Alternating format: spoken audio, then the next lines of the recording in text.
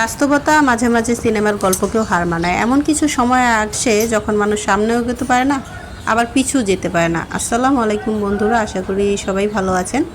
আলহামদুলিল্লাহ আমি ভালো আছি। আল্লাহর দরবার লাখো কোটি শুকরিয়া যে বা খারাপ থাকলেও আল্লাহর দরবারে শুকরিয়া আদায় করতে হয়।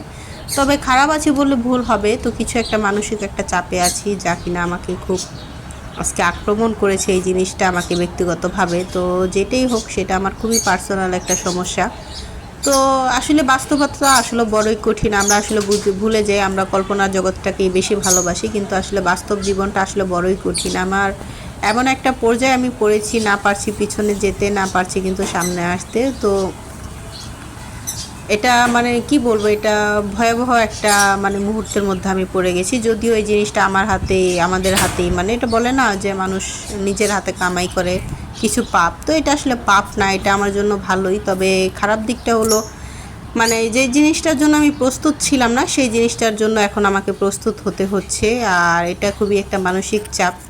তো যেটাই হোক, অনেক কিছু আপনাদের সাথে শেয়ার করলাম না। আর আজকের এই সুন্দর প্রজাপতির দৃশ্যটি ভালো লাগলে অবশ্যই লাইক কমেন্ট করে যাবেন।